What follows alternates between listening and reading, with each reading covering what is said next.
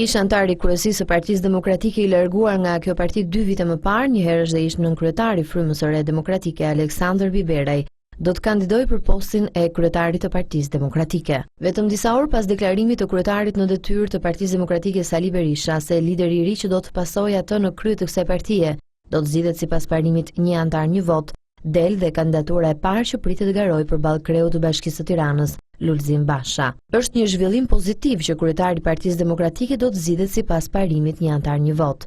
Më vjen mirë që kërkesa ime drejtuar Kuvendit Kombëtar në dhjetor të vitit 2009 është marrë parasysh. Natyrisht është hapur rruga për intelektualët dhe përfaqësuesit e Partisë Demokratike që të kandidojnë për kreun e ri të PD-s.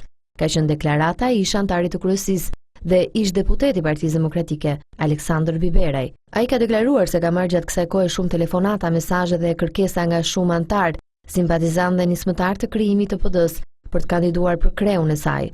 Po i shikoj me seriozitetin e duhur dhe në kohën e duhur do të marrë vendimin e duhur.